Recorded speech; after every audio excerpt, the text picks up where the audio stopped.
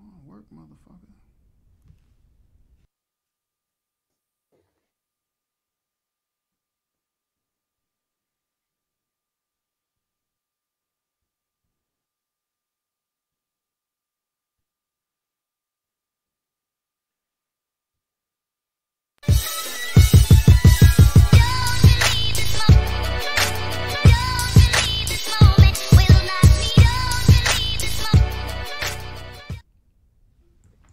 What it do? What it do? What it do? I am Peter Politician. Daniel J. Scott. Motherfucking Daniel J. Scott. Listen, We're man. here. Oh, that was real loud and extra. Oh shit. Was I loud as fuck? Yeah, that was pretty loud. I was loud. Listen, this is the Don't Stress Success podcast, man. We getting it. One day we're gonna nail an intro, bro. One day. Real talk, man. So, man, listen, man. Shouts out to everybody tuned in. I am Peter Politician. That's Mr. DJ Scott, and this is the Don't Stress Success podcast, man. We're getting it in, man. How was your week, my brother? Good, man. We've been applying at an estate agent for this house, and we've been confirmed we're moving in next week. We found out that we're having a little girl. What's up? Oh, nah, nothing, man. Nothing. Okay. I thought maybe my mic wasn't coming through or Nah, something. you're good. Damn it. But yeah, we found out we're having a little girl, so it's been a good week, man. Very good week. Indeed. How's your week been? Man, my weekend was pretty dope, man. Pretty dope, man. So I got my do-it-yourself home improvement on, and I took a wall. I put a hole in the wall. Oh shit, Donald Trump and his wall right here. But my garage, man, I knocked out a space in it. I put a window in, man. So I'm proud of myself. Like that. You know what I'm saying? And I should have videotaped it, man, to give everybody some laughs. Because, when you're doing a project with your wife or significant other, y'all have some funny ass arguments, man. I'm trying to tell you. So, man, I want to go to the crowd real quick, man. I see that Sinclair Claire is in the building. What's good with you, baby? Who else we got in the building, man? Jay Bird Bezel's in the building. I did a really dope interview with him on the music side of things. I see Scooter Cease in the building. Also from the music world in Charleston, South Carolina, holding it down. What's good? I see Lamont Gentle is in the building. Ray Montana in the building, man. Gregory Beasley is in the building. Sinclair Claire says, congratulations, DJ Scott, on your new beginnings and bundle of joy in the house. Real talk, man. Thank you very much. No doubt, man. Thomas J. Garvey is in the building. T. Rochelle, hey, what's good, man? So, let's do it like this, man. There's a lot of stuff that happened this week, man. A lot of stuff that I would love to get involved with running through. You know what I mean? So let's talk about it, man. Let's talk about Phylicia Rashad. So hold on, let me get my topics together at the bottom. That's not supposed to be scrolling right now. Let me get it together real quick. Hold on. Oh dear. But, dear. Hey, you gotta give us a pass, guys. We're consistent. Every Sunday we're here and we provide. So you gotta let us have these little moments. You know what I mean? There we go. Well, there we go. All right. So apparently, man, Bill Cosby, man, he's going to jail. The end. You know what I mean? And Phylicia Rashad is really being attacked right now for defending him. And so this to me just really feels like O.J. Simpson all over again. You know what I mean? And for those who weren't old enough to remember what happened, so when O.J. Simpson got acquitted, there was a side of people, majority black, that were celebrating it. And then you had another side of people, majority white, who were really, really upset.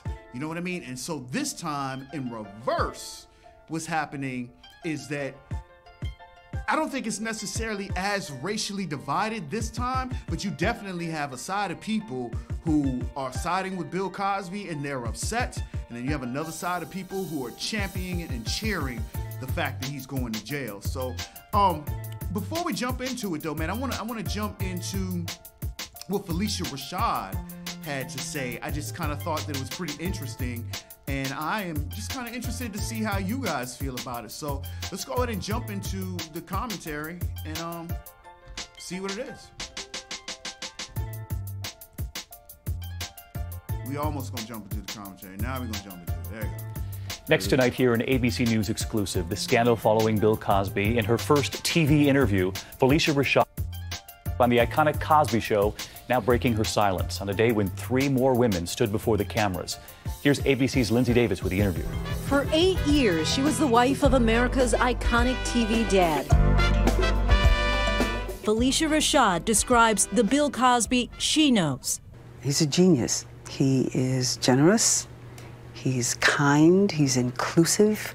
Tonight, speaking to ABC News exclusively about her co-star and friend accused by more than a dozen women of sexual assault and impropriety. What has happened is declaration in the media of guilt without proof. Earlier this week, her remarks about the women who have come forward created a firestorm. You were quoted online as saying, forget those women. And that was a misquote. And that is not what I said. What I said is this is not about the women. This is about something else. This is about the obliteration of legacy. Because some people might think that it was dismissive. I am a woman. I am a woman. I would never say such a thing. But she's under attack today as 3 more women step forward with new accusations against Cosby. Felicia, you should be supporting these women. When you first heard women were saying they had been drugged or raped. I had never heard that before. And I can't even speak to those things and don't want to. As Cosby arrives in Toronto to go on stage tonight, Rashad insisting this scandal is an orchestrated attack. Who would have a vested interest in attacking the legacy of Bill Cosby? That's my question, too. To critics who may believe Rashad has a financial interest in supporting Cosby, she says that's simply not how residuals work. The longer a show runs, she says, the smaller the residual. Her message to Cosby and the women, David, she wishes everyone well. A lot of people have a lot of respect for her years playing Mrs. Huxtable. All right, Lindsay, thank you. Yo, salute to Lindsay Davis, man, from our 3.2 million cats enter animal shelters every year. Let's talk about it. How are you guys feeling? Let's go to the comments real quick. I would love to see what the people are saying. Yeah. Also, special salute to Sinclair Claire, man. The comment they wrote is, I shared this everywhere. Thank me later, free promo. Hashtag I am promo queen 513 salute, man. Salute to Sinclair 2 times, man. That's a double salute.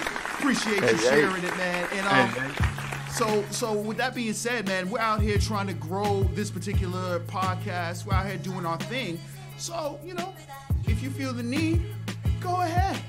Like our YouTube channel, subscribe to it, and it would be much obliged. So, let's go ahead and really jump into this, man. Let's go back to the comments, man.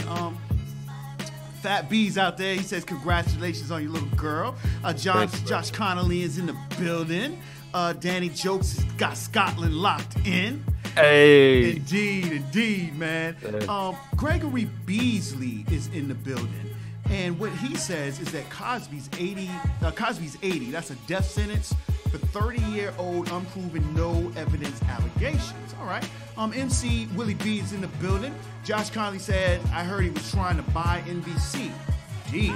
Yeah, I was going to touch on that, man. Yeah. Nick HD Tripper says free Bill. Doc Blackwell and Romero Rivera is in the building. I see Paulette Roman is in the building. Salute to her. T. Rochelle says, what I don't understand is why didn't they come out before? Rabbi Sharma's in the building, and so is Jada Blackwell. So let's go ahead and jump into it, man. DJ Scott, man, how do you feel about it? First of all, what I'd say, just because I take more of a realistic view of things, or at least I try to, is that none of us really know. None of us. I don't care what you read. I don't care what you watched. None of us were in those rooms where these things allegedly happened, right? So we can't say this is facts, this is what happened, or whatever. We can have our opinions on everything. What I would say is everybody has a choice because I remember when this first came around, you know, the narrative was that these women were willing. He might have had like a little freaky request for her. Maybe that was his kink, that was his thing. But they could have gone. And I know people might say, oh yeah, but he's a powerful man and such and such. And I do understand that argument. But at the same time, I don't care how powerful anyone is. If someone's making me do something that I'm not comfortable with, I got to get out of that situation. Go ahead. On the flip side, just to kind of tag along to what you're saying, I don't necessarily know. I mean, because, all right, for me, I agree with what you said. You know, you're going to walk into that room. The real question you got to ask yourself is, why would you walk into that room? So the name of our podcast is called the Don't Stress Success Podcast. Now, Bill Cosby is a worldwide figure. So you're going to walk in that room because it's an opportunity to get closer to Bill Cosby. You know what I mean? 100%. So I think what happens is, maybe, and you know, I'll never be in that situation. I mean, I've never been in that situation. I damn sure wasn't in the room when it happened. But I can imagine, all right, you have Bill Cosby there, and maybe he's making me feel a little bit uncomfortable. But maybe I ought to do this anyway if I'm trying to be successful. Definitely. You know, and then you wake up with guilt behind it. You know what I mean? Yeah. 100%. It's similar to that Harvey Weinstein in a sense. Like now he was like full on. He's been proved and everything, you know what I mean? Like that's a different case altogether. I haven't heard about him being, you know, his legacy destroyed in the same way that Bill Cosby has. Right. I'm not gonna say why that reason is. No, let's say it. Let's talk about it. Let's really talk about it. I am gonna eventually say, you know what I mean? Because here's my thing when we talk about legacy. My thing is this, man. Once again, I'm going to go back to what you mentioned. None of us were in that room. Yeah. So I don't know for certain what happened. I can only speculate. I can only look at what's been presented. But I can say this. We now have an 80-year-old Bill Cosby about to go to jail over this. When we have a president who has had similar allegations. You know, I heard about him drugging nobody, but he definitely has about 20 women who've come out against him in sexual harassment, and we haven't heard anybody trying to prosecute or anybody going anywhere with that. You know, it's like we're just going to kind of pretend like, oh, this isn't really happening. You know, and what makes Bill Cosby any different? That's my question. Why are we not up in arms with the things that we hear our president get away with? Yeah, you definitely. Know what I mean? 100%. Because my thing is, like, let's just say that Bill Cosby did it. I think, and this is just completely, you know, I'm not saying he did, I'm not saying he didn't. Like I said in the beginning, I wasn't there. I don't know until I see proof with my own two eyes. I'm not saying he did it or didn't, but if we say that he did it, I will say that the fact that other people have done it and not got in trouble for it doesn't let him off the hook, but people should be held accountable for their actions too. You know, it doesn't excuse him based on who he is and the legacy he's built and the color of his skin. It doesn't excuse him. No one, if he did, and like I said, I'm not saying he did it. If he did do it, he deserves to be, you know, there needs to be justice there. But this justice needs to happen to other people as well. And if it's not happening, I understand completely the uproar. You know what I mean? But it doesn't excuse him if he did. MDZ the Dunn says this is a result of a black man trying to purchase NBC. Karen Bott is in the building. Fireblaze says most of them girls used to work for NBC and have criminal records of using and dealing with the same drugs. They all knew Cosby was a married man, so why go up to his room knowing scandal was in the mist? Karen Bott says he more than made up for it by becoming a better person. This is what I'm gonna say, man. I just kind of feel like as human beings, I'm really glad that humans aren't the ones judging humans on Judgment Day. You know what I'm saying? If that was the case, with nobody, like feelings and opinions and political agendas and shit come into it. Because on the flip side, Bill Cosby's done a lot of positive things over the course of the last 50 years. Yeah. You know, and if he was doing this, he definitely deserves justice. This woman definitely deserves justice, but we can't overlook all of the positive things that he has done, because here's my deal, man. those without sin cast the first stone. Not meaning that you ought not be punished for your sin and justice shouldn't be served. But we all have done things maybe we ain't get caught for. So that's how I feel about it. 100%. I agree with you, man. 100%. I think, and I think it lends too now, especially, and you know, when this allegedly happened, all this stuff, this was before camera phones and social media and shit. Now, bro, if you got any kind of clout, if you got any kind of you know, fame, you need to be careful and not put yourself in these positions, you know, and it shouldn't be a hindsight thing.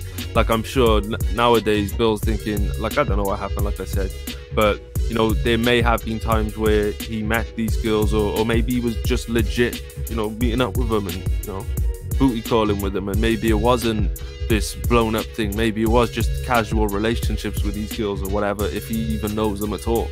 That's another topic entirely. But you know, I bet that he's kicking himself like, you know, I was married, or you know, I was in a relationship, I should have just not bothered with all these hoes. You know what I mean? Yeah, I can only imagine the guilt has got to be eating him up right now. You know what I mean? Because whether he did it or not, he's got regret. He has to. The situation he finds himself in now, he must regret something. So don't have those regrets. Don't put yourself in the situation. There's a lot of people watching this that are going to go on and see some success, that are going to go on and get fame and get clout.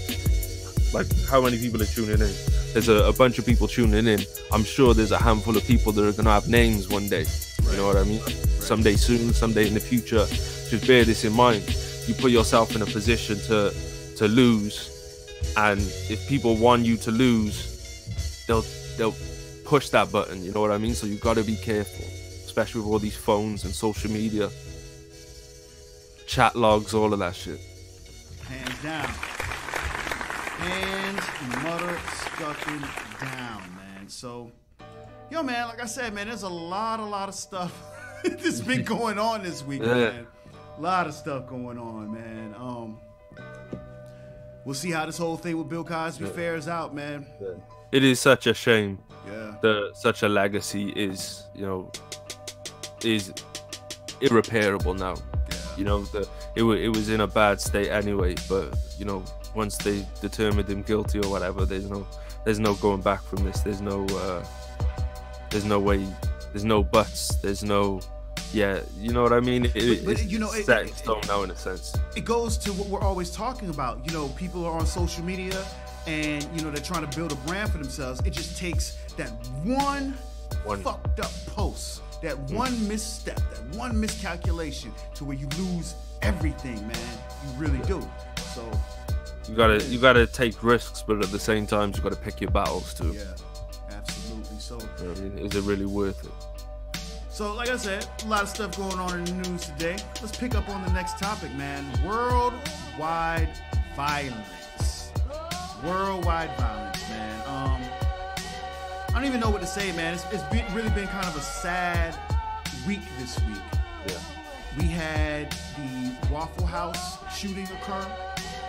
We had in Canada, we had a dude just ran over a bunch of people in a van, man. I mean, like, what I'm not understanding is, has the world gone cuckoo motherfucking bananas or what?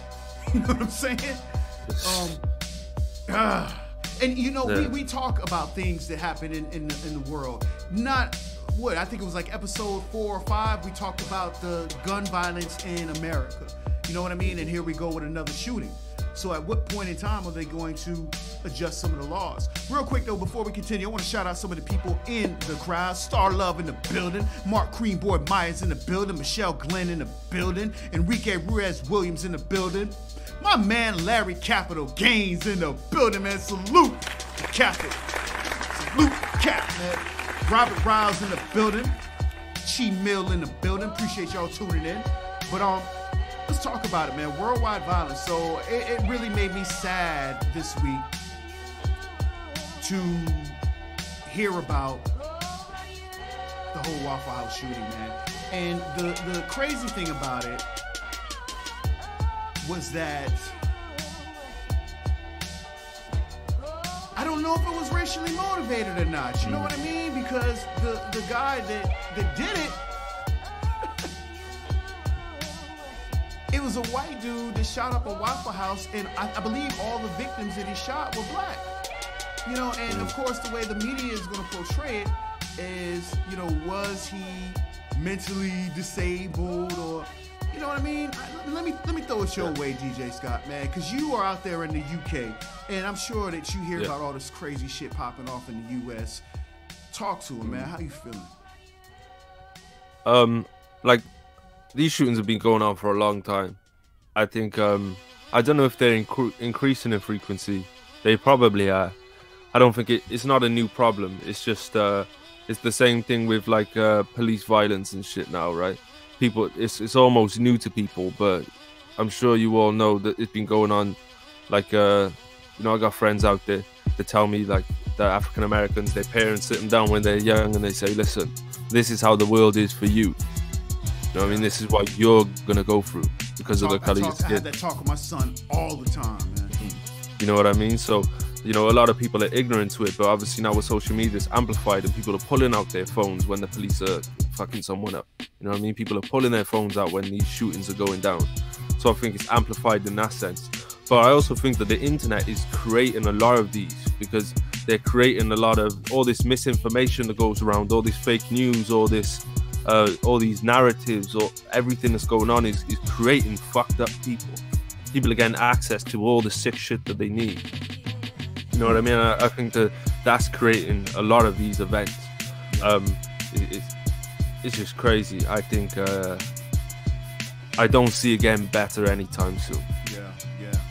Sad, man. Really sad. So I want to go to some video footage about this. You know, for those, I don't know if everybody even knows what's going on. A lot of people that the world has become so violent, a lot of people are just tuning out from the news altogether because every time they turn it on, some sad shit happening, you know? So let's go ahead and jump into some footage. Shouts out to CNN, appreciate that. First, though, to Tennessee now, where police say they got him. The alleged shooter who opened fire in a Waffle House is now in custody, ending a 34-hour manhunt. Travis Renking is now in police custody. He was found hiding in the woods about a mile from that Waffle House where he killed 4 people. I want to bring in CNN's Diane Gallagher. Diane, how did police end up hunting him down? They got a tip from the public? They got a tip from the public, Jim. This came down to basically people being hammered with his picture, telling them to be on the lookout for it. And it was some construction workers with sharp eyes, not too far from here, just down that way, who saw him running through a wooded area near their construction site. They weren't entirely sure if it was him, so they called, said, hey, we think you should check this out. They brought the narcotics team down there. They said they noticed a path. They went through that area, Jim. They sort of split up, and we're told by the lieutenant of that team that when they saw him, one of their agents spotted him. The guy just stopped. He went on the ground, laid down, they handcuffed him. He wasn't wearing the same thing. He looked nothing like the description that they had been putting out there from the last time he was spotted nearly 36 hours ago at this point. But they took him into custody, arrested him, asked for his lawyer immediately. No comment whatsoever.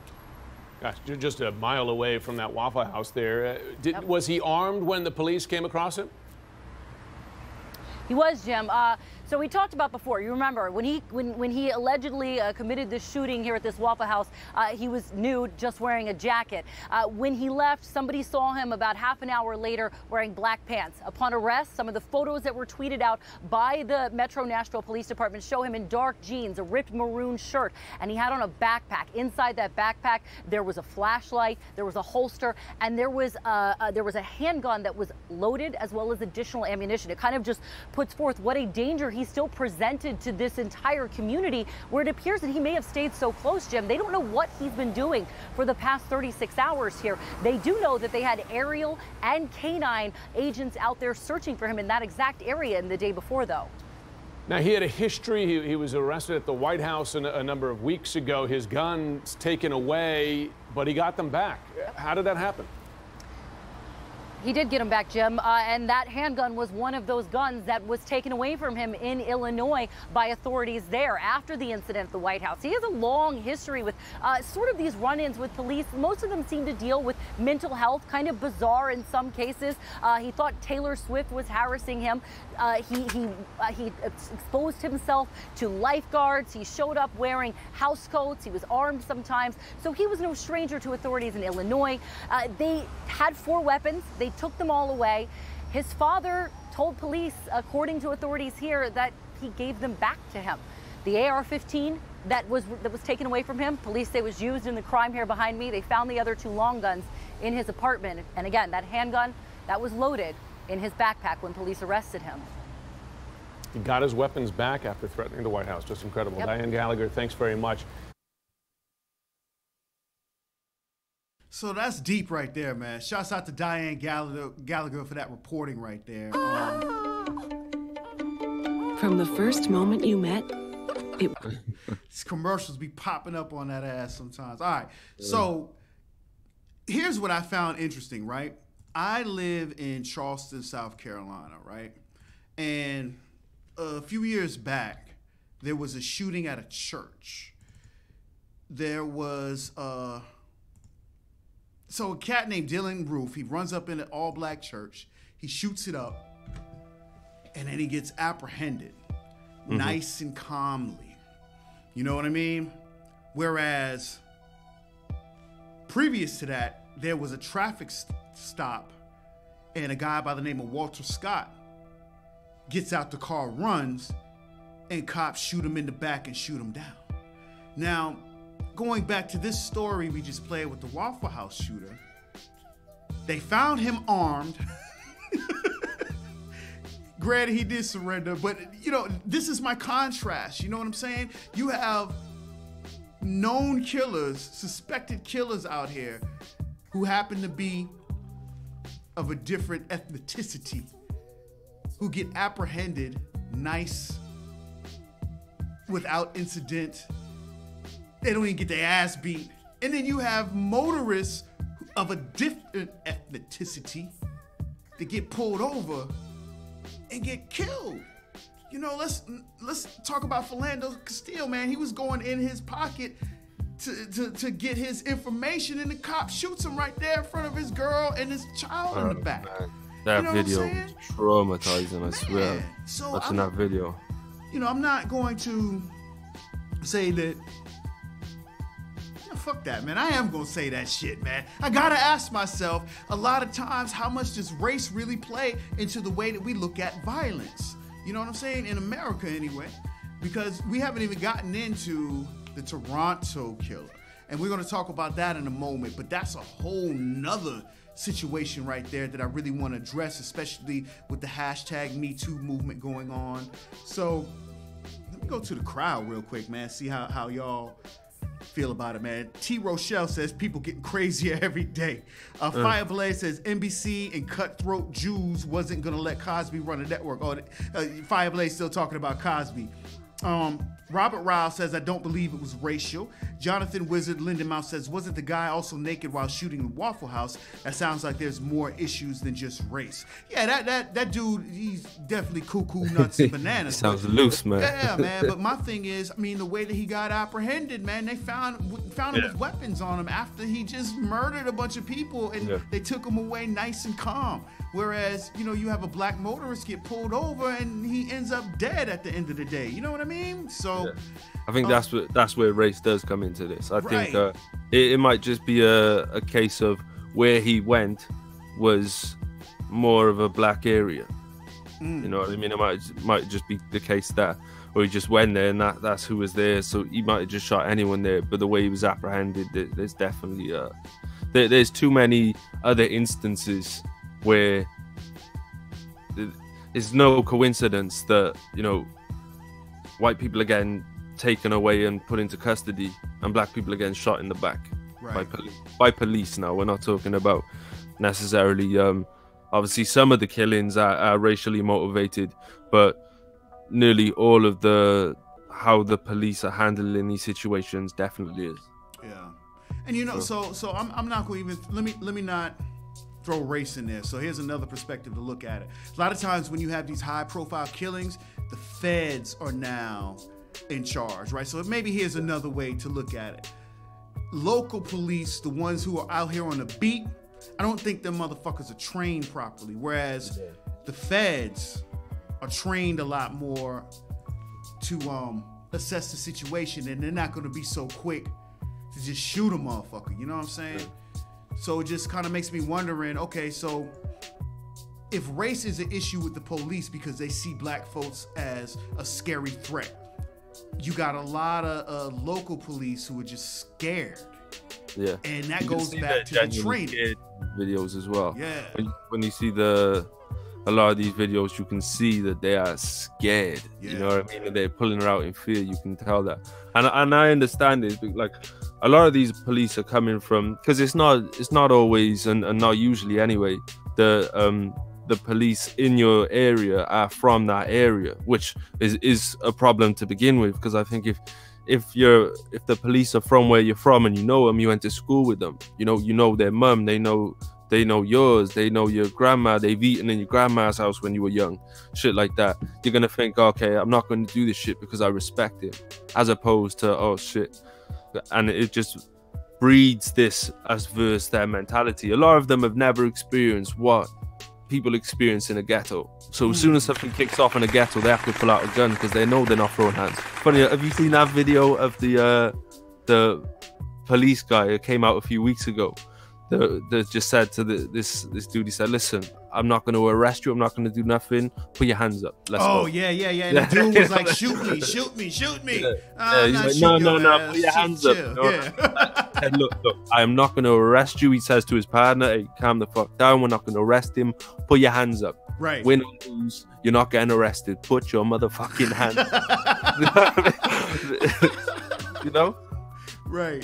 So it solved the problem. Yeah. The only thing, the only injuries, a few cuts and bruises or whatever, and some pride.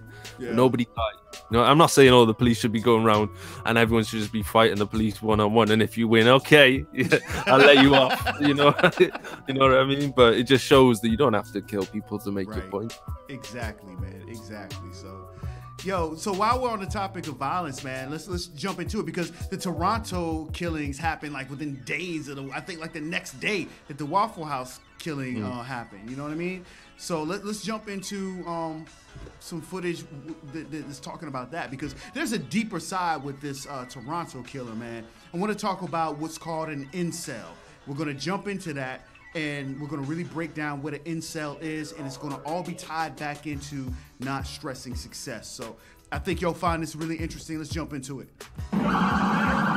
It's hard to believe, but the monster who mowed down 25 pedestrians in Toronto is being hailed in the dark corners of the internet as a hero. 25-year-old Alec Manassian called himself an incel, involuntarily celibate. It's believed he carried out the attack to exact revenge on women for rejecting him. Incredibly, there are an estimated 40,000 other incels out there, men who communicate on Reddit and other online forums. Alec Manassian gave his life for our future, reads one sickening post on Reddit. And this: we're mainstream now. There will only be more and more, and that fact fills me with joy. Dr. Judith Taylor is an expert on the incel phenomenon. Right. I think it's a larger cry for help. Help! I have been forsaken. No one is paying attention to me. I will not get notoriety for anything else, so I might as well kill other people and kill myself. Before launching his killing spree in Toronto, Manassian posted this disturbing warning: we will overthrow all the Chads and Stacys, names meant to symbolize guys who get all the girls and the attractive women who date them. Dr. Taylor says violence by incels is happening at an alarming rate. It pretty much happens about every 6 months, right? It's habitual. This isn't, at what point do we start to say this isn't a random act? This is a habitual crisis. Come on, get down!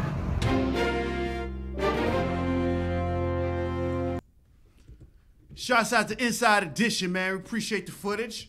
So let's talk about it, man. Let's really, really talk about it. Man. I don't even know what to say about that one. I do, right?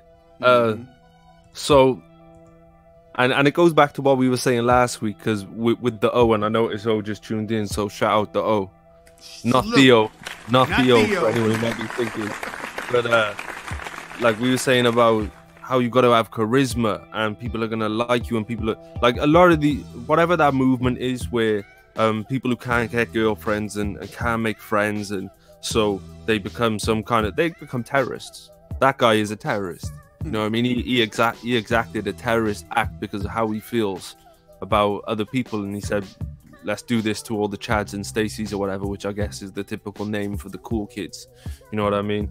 Listen, you're not gonna get friends and you're not gonna get girls if you're fucking in your bedroom having a fucking wank and fucking Time out. Would you say having a wank? That's what that's UK slang. Yeah, that's UK slang for, I guess, jerking off, right? Right. You know what I mean? You're not gonna,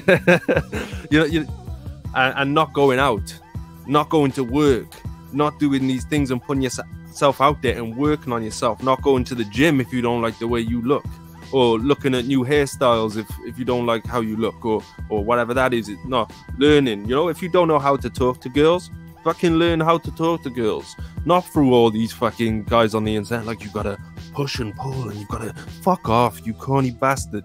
Just go out there and talk and learn. Worst case scenario, maybe they're not going to be interested, but then you move on and you refine these skills. You don't take this stance that it's everybody else's fault. And this stands for every issue, man. There ain't no one else's fault in this world for nothing in your life except yours, for either not doing something about it or taking yourself out the situation. Damn right, man. And you know what I mean? I want to tag on to what you're saying, man, because once again, just going back to the title of our show, Don't Stress Success, okay? There is nothing in life that you're going to attempt to do, whether it be getting a girlfriend, whether it be opening a business, whether it be, I don't know, wanking off. Wanking off, bro. I mean, stop sitting at home and crying on your dick. Yeah, man. And so my thing is, I'm gonna tell y'all a story, all right? So when I was young, there was a video game I loved to play called Super Mario, okay? And Super Mario, I played that, damn right. So I played Super Mario over and over and over. I probably literally, because I would play for like 6-7 hours at a time on the weekends, you know what I'm saying? Mm-hmm. And I probably invested close to 300,619 hours on Super Mario Brothers. And I didn't beat the game. I lost. Yeah. I kept falling into goddamn pits and shit. 317,019 fucking times. But it was that one time when I beat the game that I could officially say I beat the motherfucking game. So that's the way everything works. Whether you trying to get a girl or you trying to, you know, build a business, you know what I'm saying? You're going to fail way more than you're going to succeed. But all that ever matters is the one time that you succeed. Yeah. You might ask 100 girls for a phone number or for a date. They don't ask for phone numbers. I'm old as hell. That's showing my age, man. They don't ask for phone numbers no more. What's your Snapchat? Right. You know, you might approach 100 different girls and get shot down 100 different times. But that one girl that gives you the chance, that's the one you're supposed to be with. You know what I'm saying? Mm-hmm. All the other ones, it wasn't for you. You might start up 20 different businesses, but that one business that really takes off, that's the one that was meant for you. And that's just the way that everything works, man. So don't stress success. Yeah.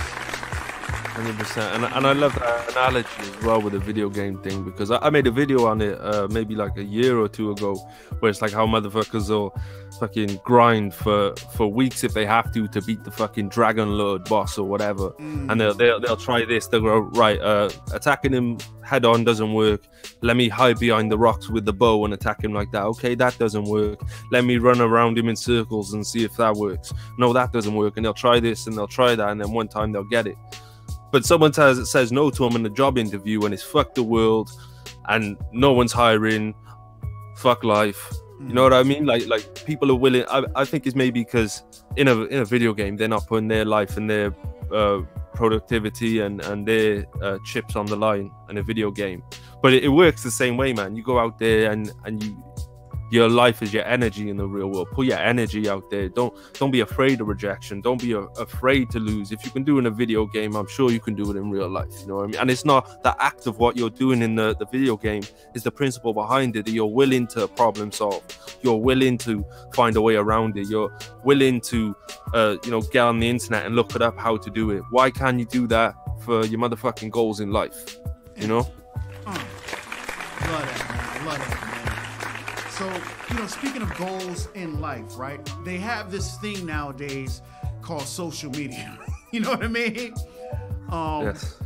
And so there are a lot of people out there who are trying to build brands, trying to do what they do, and they are unsuccessful at it. So I want to jump into a word called algorithms. But before I do that, I want to go to the crowd real quick, man, because we got quite a few comments in there. A lot of people in the building. Adam Williams in the building. Shouts out to him. Robert Riles in the building. What it do? Josh Connolly says bloody wankers. Bloody wankers. Indeed, man. Robert Riles says they have no goals in life now. Very true story. So let's shouts out to Tim O. James too. I saw that he was in the building. So let's talk about this word called algorithm, right? Yes, sir. So for those who may not know what the hell an algorithm is, an algorithm is just basically how social media platforms automate who they show content to in a long story short kind of way, right? So I want to talk about this because we've got the breakdown on a few of the major platforms as far as how algorithms work, right? So let's start off with Facebook. Their algorithm is news feed focuses on meaningful interactions. And why? To put more emphasis on posts from friends and family and the content that generates conversation, all right? Now, we are blessed with the presence of Mr. Daniel J. Scott. Hi, guys. Call him the content king. You know what I mean? Hi, guys. Indeed. So go ahead and let's talk about some examples of Facebook's algorithm and how you can really bring it to fruition in a real life way. So Facebook has always been my favorite one because Facebook is very much about storytelling. And I think that's the fun part of marketing that most people neglect. They just put stuff out and they don't tell the story behind it. They don't give the context. What I really like about Facebook is just they're always, and people might say, oh, I fucking hate Facebook, and people might say, and obviously they're going to show some priority or as much priority as they can to people who are spending money with them. But as far as profile goes, which I think, for someone who hasn't got a lot of money that they're going to spend on ads, you're going with the profile is the one, and making that your main thing. What you've really got to do is social media and be social. A lot of people post their stuff and sort of sit back and don't really interact, and then make some statuses about people don't fuck me because fuck me. People don't fuck with me because of X, Y, and Z. No, people don't fuck with you because you don't put yourself out there. You're not talking to people. You're not commenting on people's stuff, and that's really the art of what it was. But what I would say, or what it is, should I say? But what I was trying to say before I kind of veered off a little bit was that Facebook is trying to improve our experience on the platform. They want us to spend more time on here, and so they're showing us the stuff that we like to see. Maybe we don't know that we'd like to see your stuff because you're not putting yourself on our radar. An easy way to start getting some engagement from people is asking questions. It has been for a long time. But I made a video about it the other day. I'm sure a few people watch, where don't get corny with it. Don't ask the same old shit like, when did you bring out your first CD, or when did you write your first song? It's played and it's been done. Ask people wild shit. And I don't mean wild as in like crazy, but I just mean like random stuff like, what toppings do you like on your pizza? And that's just random. It's not the best one in the world, but it's more interesting than when did you start making music, or which of these do you like, A or B, or giving people multiple choice stuff, or asking people a question like, oh, what do you think of the Bill Cosby stuff that's going on? What do you think about this shooting that's going on? And you're going to get more comments, just like you see in this feed. the stuff we start talking about, people are talking about in the comments. We've got the question underneath the video. We're scrolling right now, and it'll show there's a question there, and people are answering throughout the show. It's creating engagement, and that's really what you got to do. You got to sort of not force people's hand, because that sounds a little untoward, but you've really got to make people want to interact. People want to give their opinions. What a lot of people do is they give their opinion, and it's always I this, I that, I this, instead of, you know, really creating a community in their language, right? So they're not saying we, they're not saying you. They're talking about, unless they're like cussing people out or criticizing people, right? But a movement, if you want a movement that's about more people, it's got to involve more people, which involves more opinions, which involves more we's, and involves more talking about the audience. And I think that with Facebook, that's what it's all about. It's creating that community by making people, giving people an opportunity to be a part of that. How can they be a part of something that you're isolating and keeping to yourself by just posting about you and what you're doing? Get people's opinions by asking them questions.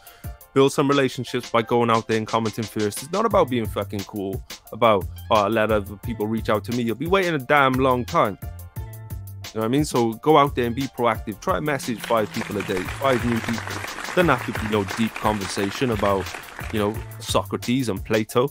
You know what I mean? It could just be like, you know, just pay attention. Go have a look, I think, on your chat. I've never really spoken to that person. Let me take a quick look at their profile. Okay, they like anime. I like anime. Let me start a conversation with them about anime. It doesn't have to be about, yo, let's swap music links and shit. That's a shallow based relationship. All it is like, you check out mine, I'll check out yours. Cool. Just dropped a new one. Cool. I just dropped a new one too. Cool. No, let's start actually, you know, finding out what interests these people have, because not only is this going to help us in terms of building a relationship with them, it's going to help us build an ideal audience for what we're creating. If we're noticing that a lot of the people who are actually engaging with us are people who are fans of anime, as an example, or are fans of football, we can think about, you know, how can I use these elements? How can maybe I make a music video or bring out a track and put everybody's favorite anime in the background as the video, and then put my track over the top. You know what I mean? And little things like that. For Facebook, that's where I think it is. It's really the social media element is big in Facebook. And if you're not social, Facebook's not the one for you. Yeah. Hey, great breakdown of that, man. So let's jump into that was Facebook, right? Yeah. Let's jump into Twitter real quick, all right? So with Twitter, it says tweets are ranked by time posted and relevance to the user. Why? To show users the most relevant but still current content on their newsfeed. So what does that mean to you, DJ Scarp? Well, what I'd say with Twitter is Twitter is really, like, you can build some good relationships on there. I've made a few sales on there too.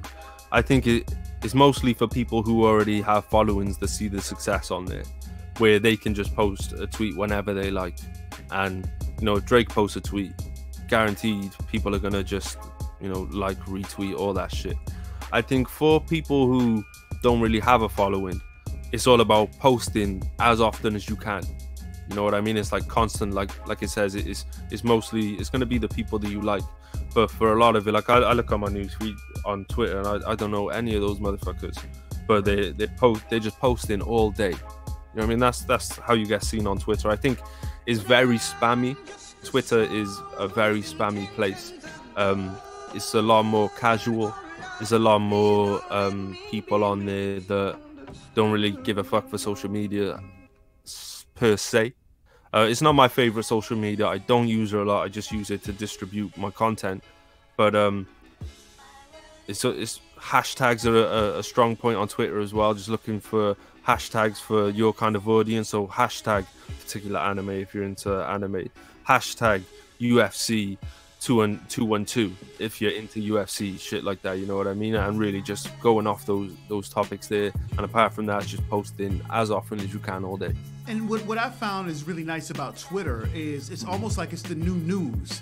You know what I mean? Yeah. You can go onto Twitter, and if you want to really hear what the people are talking about when it comes to a certain topic, Twitter is outstanding for that. I mean, I find out about things on Twitter faster then I find out about it on, say, CNN. You know what I mean? So that's what Twitter is great for. So, all right, let's talk about the next one here. We got Instagram, all right? So with Instagram, their algorithm is all about popularity, relevance, relationships, and why? To show the best content to the most people. So what would you say about that? And what's an example of how you would break down the way Instagram works? Instagram is quality content. You know what I mean? It's short and snappy. Whereas like with YouTube, you can do long videos. Facebook, long videos. Instagram, you've only got 59 seconds. It's all about being impactful, whether that's in creating a unique image, editing photos a certain way, using the right hashtags. It's really out of all of them, I feel like Instagram is the popularity contest. You know what I mean? So it pays to talk to people. The DMs, I think, is where a lot of shit goes down on Instagram. Yeah, absolutely, absolutely. So for me, man, what I really like about Instagram is that you can take, it started off as kind of this thing before they let you have video on there as just pictures. Yeah. You know, I find some beautiful, I like photography. I like cinematography and I like photography, and I really like some of the dope shit that I see on there. I have a person that I'm following named B Styles. He lives all the way in Japan, and he's always, his entire feed, he makes model airplanes from the World War II.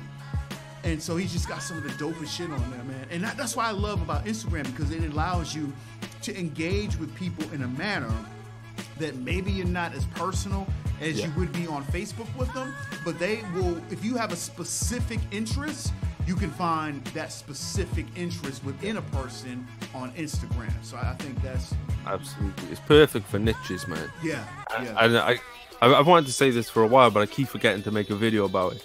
It's about like because I know predominantly artists that listen to this and producers. Niche, man. Create a niche. Actually, we spoke about it a little bit on the last episode where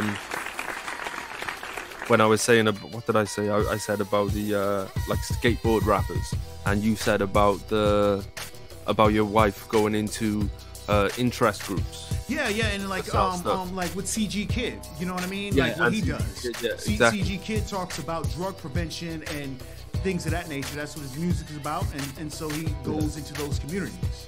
Yeah, because a lot of like the idea of music and musicians is kind of played. You know what I mean? Everyone is one type of thing. So people, I find that people aren't really looking for new music as much as they're just sort of listening to who they like. You know what I mean? So niche up. You like skateboarding? Start talking about skateboarding. Make videos about skateboarding. You like sports? Make video about sports. You like boxing? Even though it's a sport, make videos and talk about boxing. Play your music over clips of boxers or MMA fights. Get really creative on creating this image of, you know, you can tap into those fan bases. So if I'm just going to stick to the skateboarding, and then you can just make it relative to what you do. Like if you can tap into the skaters are looking at you as a skater, and they're like, yeah, and he makes cool music, I fuck with him. Full stop. It's not feeling like it's a forced listen to my music thing. And I think that people neglect interests. Understand your interest and you will understand your audience. Great point, man. Say that one more time. Understand your interests and you'll understand your audience. That's who people are like, I don't know who my audience is. Your audience is you. So you really got to break down what it is that you like, what it is that you appreciate. And once you find those things out, you need to find more people like that. You're not going to find it in Post Your Music Facebook groups. All right, let's talk about LinkedIn, man, because I never really looked at LinkedIn as a place to get engagement or to really meet people. Because when LinkedIn first came out, that was the place to go to post your resume for a job. But it's grown and it's a totally different ballgame now. So let's talk about LinkedIn real quick, man. Yeah, I think with LinkedIn, I don't have a lot of experience on it. It's a little bit too formal for me, but that's what it is. It's a formal environment. And it's more so the people who seeing numbers on there. So I don't think you really get too far on there if you're just, you know, hobbying, but like low-key hobbying, but trying to make out like you're doing things. I think people see straight through it on there. It's more of a professional entity. You know, you go on there as a representation of the business as opposed to the artist. Right. What I find is really dope about LinkedIn is that you can find true professionals out there. Yeah. Versus, you know, going through Facebook or Instagram, you'll find a lot of people who say they about it, but not really. You go to try to really work some business deals with them, and they're not really about it. The people who are you lying? Yeah. Why you always lying? Why you always lying? Don't fucking lying. But when you go on LinkedIn, though, man, these are true people who really want to be professionals. Now, I think what's happening now is that people are catching on to that, so it's being infiltrated by the crowd that's not really about their business. Like bedroom rappers. Yeah, you know what I'm saying? But you can truly find some real professionals out there, man. And just put yourself out there. It's another platform that you can utilize, because at the end of the day, you kind of want to be in as many places as you can possibly be in. So, if you're legit, there's a lot of money to be made on LinkedIn. Yeah. So this last one, man, I know nothing about. I'm not gonna pretend to know anything about it. Pinterest, man. Yeah. I know nothing about Pinterest. I'm not familiar with Pinterest. Their algorithm is a guided search based on previous user interactions and why to help guide users to discover more content that they care about. So I've tried to get into Pinterest over the years. It's like Instagram in the sense that you're uploading pictures, but it's like, I don't know, it's weird, man. I feel like it's more for you know, stuff like recipes and stuff like, well, niches, I guess. It's more specific on the niche. I don't think there's many like music based individuals on Pinterest, which may be a strength in a sense that it's not going to be saturated with artists and producers. I don't think. I think it's more. Let's talk about it. So both of us don't really know too much about Pinterest. So let's just once again let's go back to that algorithm, right? And let's come up with an intuitive way that we can utilize Pinterest. Let me just pull it back up real quick. Their algorithm is a guided search based on previous user interactions. Why? To help guide users to discover more content that they care about. So, with that being said, maybe this isn't the place that you socially are networking with people, right? Yeah.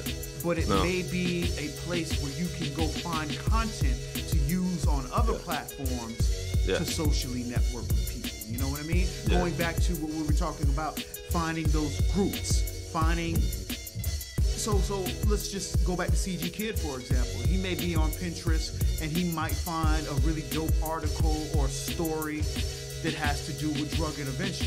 And then he could turn around and take what he found on Pinterest and now share that to another community that he may be involved in on, say, Facebook or on Instagram, and use that as content to really help engage the people who he wants to engage with. You know what I mean? So that may be a way to use Pinterest. I mean, what angles do you see? What I find, if anyone is going to take up Pinterest, is not about cool pictures. Like, you know how Instagram is about cool pictures? It's more about useful shit. You know what I mean? Like, it'll be a picture of like, you know, a dish or something, and it'll be like 7 recipes to make the best gumbo or some shit. You know what I mean? And then there'll be a link to where people can find those recipes. You know what I mean? Right. I want to jump to the crowd real quick. Robert Riles is in the building, and he says that he was talking about, I believe it was LinkedIn, and he also was saying something about Pinterest. He said with LinkedIn is very business, and that he's been able to get some good contacts through there. And he says I use it a lot in my business of remodeling. And as far as Pinterest is concerned, he says, I find ideas from Pinterest. We use it a lot in the design world. So, okay, that's another aspect of Pinterest. And I want to say this. We just showed you guys like 5 different social media platforms, right? Never feel obligated to have to do all of them. My personal favorite one is Facebook, then Instagram, and then YouTube. And my numbers will show it. You know, I get plenty of engagement on Facebook because I concentrate on that the most. I get the second most amount of engagement on Instagram.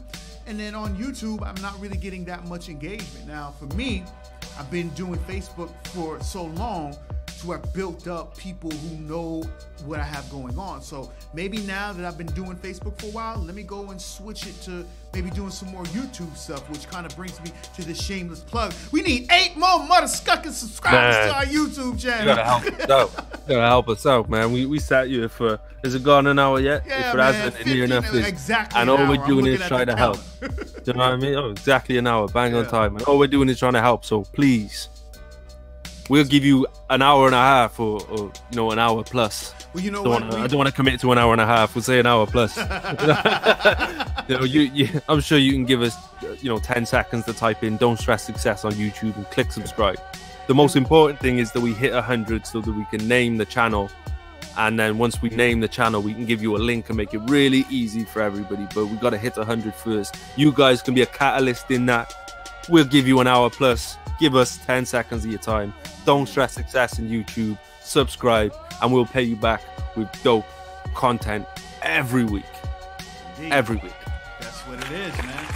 That's what it is. So, with that being said, as far as the dope content, right? Let's talk about creating a blog. Yes. So, Daniel J. Scott is going to jump into some things real quick. I'm going to just, first of all, why don't you talk to the people and let them know why they should be thinking about blogs? Right. I think, or I believe, because I really believe this shit, that everybody on the internet with a purpose, with an interest, should have a blog for many, many reasons. One, and I'm not going to get into all of them, but I'll give you some of the main ones. One, you're giving your fans and your audience some extra content, right? So maybe you can, to all the musicians or anyone who's an artist or has a craft, you don't have to feel so pressured all the time to be bringing out, time-staking content, having to record things, having to mix and master and engineer things. You could just type some stuff up and it, 500 words plus, something like that. And it sounds like a lot, but it's really not once you get into it. It could be about anything. It could be about, lessons that you're learning. It could be about stuff you've got coming up. It could be about things that you know how to do well and you share it with others, like 5 tips on how to mix a track, 5 tips on how to create a good music video and things along those lines. But it is just constant content and also traffic, because if you're hitting keywords, say you made a video to say 5 tips on how to promote your music or something, then people are going to find in the search engine. Get Rich Rapping, which I had to retire because I just lost all my passion for it. In its peak, I was top of YouTube for how to promote your music, and also like number 3 on Google, the biggest search engine in the world. It said out of 5 million such and such results, you are number 3. How to build a fan base like Drake, I was number 1. How to build a fan base like Eminem, I was number 1. I was getting hundreds of people a day, sometimes thousands a day, coming through my website, viewing everything else I've got, and going on to my YouTube and subscribing. I've given up on that particular YouTube as well now. Just like I say, I lost passion for that move, that little pocket I was in. I completely lost passion. But that got up to like 6,200 subscribers on YouTube, and it's all people just searching for particular keywords. If I didn't have my blog and if I didn't have my YouTube, which was hitting these keywords, nobody would be finding me. I'd just be someone posting on social media with no real traction. Yeah, no real traction to what I'm doing. So what I really want to do is, in this episode, and I'll get into it right now, I want to start sharing my screen. A lot of you may not want to spend money on starting up a blog. That's fine. I'm sorry to interrupt you. Salute to Robert Riles. He just subscribed. That's what I'm talking about. Hey. Salute to Robert respect, Riles. Appreciate that. Respect. Yeah, so what I'm going to teach you all to do, WordPress.com, right, is the free version of a full-blown WordPress blog. What I did is I started a WordPress.com, and I'll start sharing my screen so you guys can see it. I started a WordPress.com blog because it was free, and I built up to the point where I felt like, oh, you know, it would really benefit me to, you know, register this as a real website. And it was easy enough. When I was done with WordPress.com, I was able to just export the file, put the file into where I started hosting my website, and it just brought my website back to life, except I owned everything on there. Let's get into it. I'll stop talking and fuck it. Am I sharing the screen now, Pete? Yeah, you're good. Okay, we're good. Right, so this is WordPress.com, completely free to register. You know, I've got a few sites that I built over the years. Let's see. Right, and what I'm going to do is teach you how to just start one, right? And it's very, very, very, very, very simple. Add a new site. Start now. What would you like to name your site? Don't stress success. Fuck the big O there. What will your site be about? Marketing and world news. What's the primary goal for your site? We'll say share ideas, experience updates, blah blah blah. None of this stuff really matters. Well, it does when you do it, because it's going to set the tone for everything. So if I put don't stress success, spell that fucking wrong. Don't stress success. There we go. Right, they're trying to get a buck out of me here, so do your due diligence. If you don't want to pay just yet, make sure you're clicking free. Okay, so I know a lot of people, because this is going to be new to you and you've never really thought about it, a lot of you don't want to spend money till you know you can do something with it, so you can start for free right here. Okay, thanks for waiting. We're ready for you to get started, and it's very simple. You know, it has changed a lot since I did it, so it's not looking too simple to me right now. But if I was just starting on it, okay, so we go into themes. Right, and then you just pick a free. So there's some that charge. Let's find the free one. Search by, there we go, free. Because we ain't trying to spend no money right now. And then you just pick a theme. Maybe you want something artistic like this one on the far right, Dyad 2. Or maybe you want something a bit more simple that looks a bit like a newsletter, a newspaper. Maybe you want one of these. Look, you've got plenty of options. So let's just go with 2016.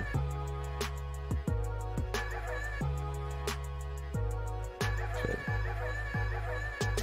Set that up. Activate this design. It's free. We like free.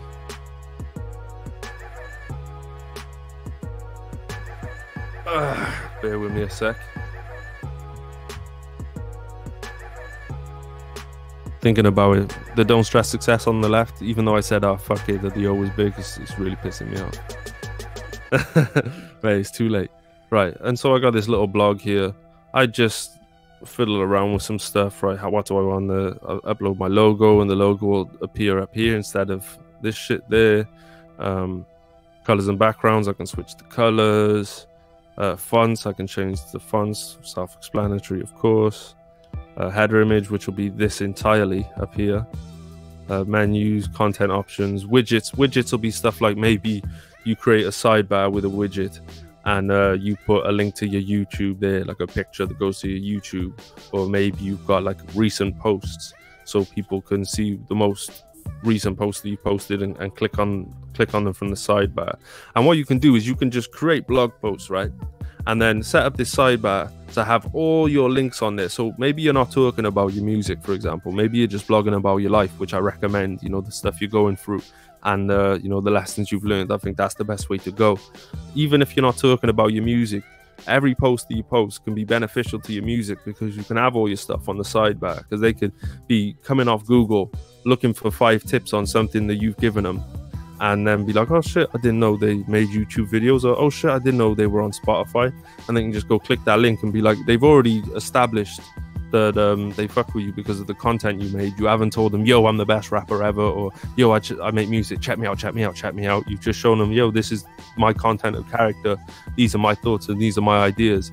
And they may just be like, I fuck with your music no matter what at this point, because I like you. You know what I mean? And it's very simple to set these up. I don't think does it look complicated to you, P? Not like a bit, setting one of a these bit, up, man. not a bit. I'm amazed that you was able to pull this off live on the air, man. Yeah. Like, Yeah. yo. Well, the thing is, I've started so many websites and started so many different blogs. Like, Take your screen thing off okay, one sec. so we can see your pearly whites. Oh shit! Ta-da! We're back. Boom. So like, it's easy. Just go on WordPress.com, start a new blog, and just, you don't have to have a specific idea. You can just get a feel for it. You know what I mean? You can start writing about whatever comes to mind, and people will tell you what they like more of. I got a guy that I've coached and worked with over the years called Taj Alexander, and he makes blogs. And ever since he's been making blogs, he's been getting people really getting behind him, and a lot of people liking all of his stuff, and a lot of people having time for him because he's talking about, I'd say, a lot of the issues we talk about on the podcast. You know, current events. You know, what's the context behind these things? What's the meaning? And he talks a lot about when he was in jail and how he's come out and how he's changed and stories like that. I remember I was doing some work with Bear Jokes actually, and we wrote a blog post about how he improved after coming out of prison, and the amount of like interest that transferred into everything else he was doing was phenomenal, which you're not going to get from a Facebook post about just went to the studio, it was lit. You know what I mean? It's a completely different, it changes the landscape. You become bigger than an artist. That's when you start becoming the brand, and you can start telling the story in a consumable way. Because you're not restricted to a certain, I know on Facebook you can write as many lines as you want in a post, but people on Facebook they're not accustomed to that. They're not gonna go through 1,000 words on a Facebook post, but send into a blog and they just might. Great. You know what I mean? So you can really start telling stories and really start adding context to your brand, who you are, why you are that person, and really set the tone for what's going to happen, and give people something else to support from you too. And I kind of want to tag on to what you're talking about with the blogs, right? So for people like me, let me kind of break this down. For me, it's difficult for me to kind of articulate in words that are written down. So I have a hard time getting a blog started. But I'll jump in front of a camera and I'm able to express myself with what's called a vlog. Replace the B with a V, and now you have a vlog. And it's basically just a video blog. But here's the kicker, right? I'm then able to take what I just recorded myself thinking as it was happening, and when I sit back and look at what I recorded, then it gives me the inspiration to come up with the words to properly articulate what I was trying to say. And now I have two sources of content. I've got the video blog that I can post on all social media, and then I have the written blog that I can, say, put on my website. You know what I mean? I can reach out to other bloggers. Maybe they can then use that particular article that I wrote, put it on their website, which builds relationship and more engagement. And that's the importance of blogs. You know what I mean? So if you have a hard time getting started with writing it down, jump in front of the camera and just go. You know what I'm saying? And then take what you just said, write it down, and get it out there. You know what I mean? Yeah, man. You gotta have internet real estate. You've got to have something on the internet that's yours, there's a base for everything. Like if you go to CCG Net, what is it, CCGtop40.com? CCG Network Radio. Okay. Did it used to be CCG? Yeah, it did. We changed it around. Yeah, it used to be CCGtop40.com. It is now CCGNetworkRadio.com. There we go. If you go there, you're going to see everything the P has to offer. You know what I mean? Currently. You're going to go on there, you're going to see that you can submit to the radio. You're going to see, the player of all the songs that are on the radio. You're going to see links to all of P's other endeavors and everything he's got going on. He's got this hub, and all he needs to do is anyone who's getting in touch with him on Facebook, when he's making this content, all he has to do is plug the website and keep plugging the website and everything he posts. And then when people are clicking through, rather than P having to explain to everyone everything he does, just convince them to go to the link and they're going to see for themselves. And I think that if you don't have that as an artist or as anybody trying to do something online, if you don't have that, then you're just a Facebook rapper or a Facebook artist or a Facebook designer. You know what I mean? Yeah. And here's what's extra dope about blogs, right? And with having a hub like that, it gets you Google rankings. You know what I'm saying? So, I mean, when it's all said and done, you want to be ranked high in Google, so that way when people are searching for things, they stumble upon you. You know what I mean? So I think you said it best, DJ Scott. If you're not out there creating content to be found, you will never be found. That's what it is, man. It's like, if nobody knows who you are, how are they going to look up your name? If they don't know your name. But people are looking for how to do this, and people are looking for, you know, interesting stories, are looking for controversial news and things along those lines. So you become that, as opposed to trying to tell everyone, no, you shouldn't be looking at that or him or her, you should be looking at me. No, when people are looking for that him or her, you need to put yourself in the way somehow. And the perfect way to do that is with content. Absolutely, man. So shouts out to everybody who's been tuning in, man. Val Kears is in the building. Ellery Chambers in the building, man. Salute to Ellery Chambers. Tariq Fuller in the building. Leanne Brown in the building. Terrence McNeil in the building, man. Shouts out to everybody tuned in, man. This is the Don't Stress Success podcast, where we just basically relax, have fun, and no stress shit. All right? So that's what it is, man. Yo, it's about that time for us to get up out of here. But before we do, we throw it your way, DJ Scott. Hey, it's DJ Scott, Daniel J. Scott. Check out itsdanieljscott.com. It's Daniel J. Scott is all one word. It's DANIEL, Scott with 2 T's.